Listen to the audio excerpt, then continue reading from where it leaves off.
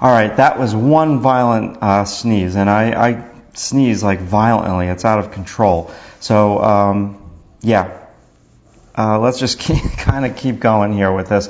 And when I was done with the sneeze, I actually was able to look at the wood, and I found some new things on this. So I love the irregularities in the wood. That just, it's nice with the irregularities because it's first of all, it's easier to draw. You don't have to worry about being so perfectly neat with it, and I think that it makes the drawing fun. And there were some times in my illustration career where I was doing things where I painted like a brick wall, and it was like a whole big painting, like almost like 17 inches high, which is big for me. And it was 17 inches high of the brick section. And it took me like 2 days to paint the bricks. I mean, I was painting each and every brick in that painting. And so this is kind of nice when you don't have to do something like that, and you don't have to be so very perfect with it. Like if this was like a new house and you're dealing with the vinyl siding, it really kind of has no character. It's all straight and perfect. Or a modern building where everything is just so straight and perfect. I mean, that has its place. But this is kind of cool too, and this kind of will fit the piece as well. Now, yeah, some of this wood, I've got to see if I can get this to line up. Lots of gravity affecting these clapboards. And this one. So I'm leaning back right now. I want to make sure that I stay with my correct perspective. And I do believe that now this piece is tilted right now. I can tilt my board. Let's tilt my board so it's a little bit more straight for you. Yeah, hopefully that will stay. So basically let me get to the edge here. There's my edge. My edge is off camera. One moment. Okay, there's my edge.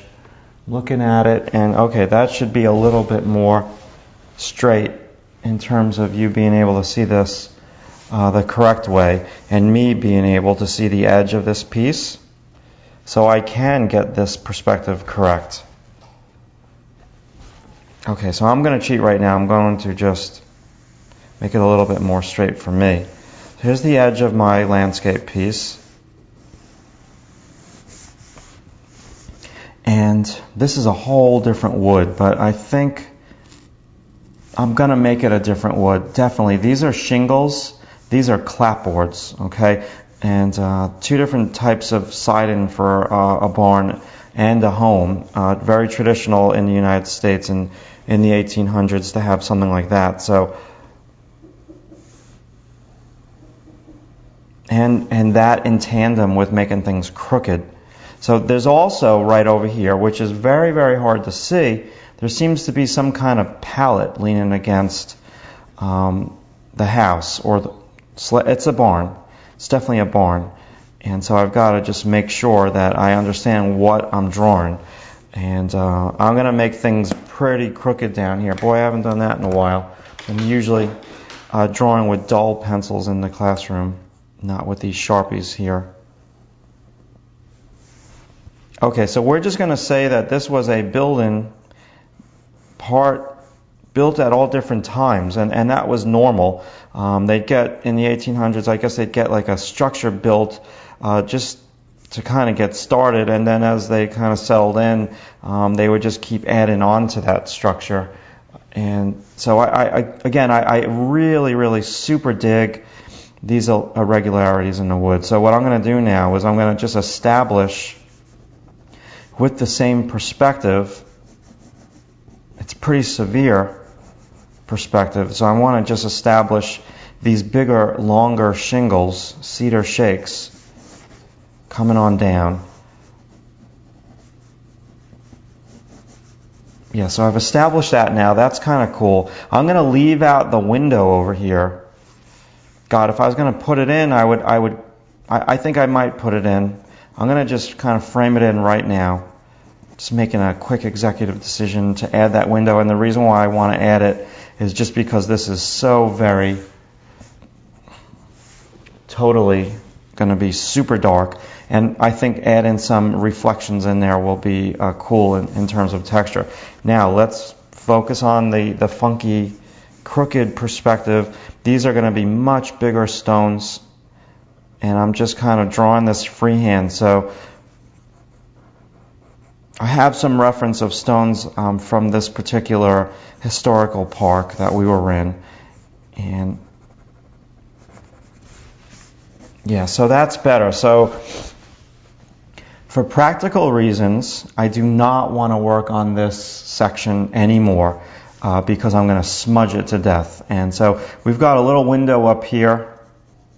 So I'm going to work a little bit higher and work my way down. I'm going to add some of these little steel pieces of hardware up here. And for some reason, it seemed like I was struggling the last time with this tutorial in terms of getting my rich blacks, but they seem to be coming a little bit easier on this one.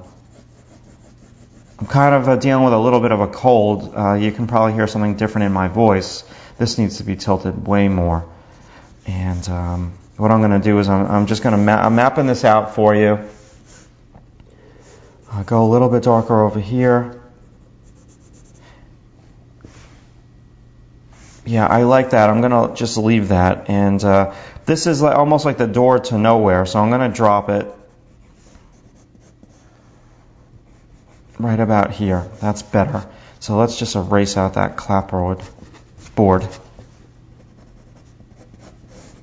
Yeah, that's much better. So now this gives me an opportunity. I'm also going to add some hardware, some of that wrought iron hardware onto this door, and maybe an old-fashioned, simplistic iron handle.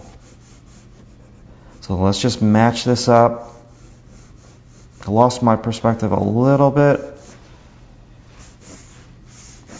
Okay, so this is really adding depth now to the piece, and let me finish up this very quickly for you. Just got to go with the flow.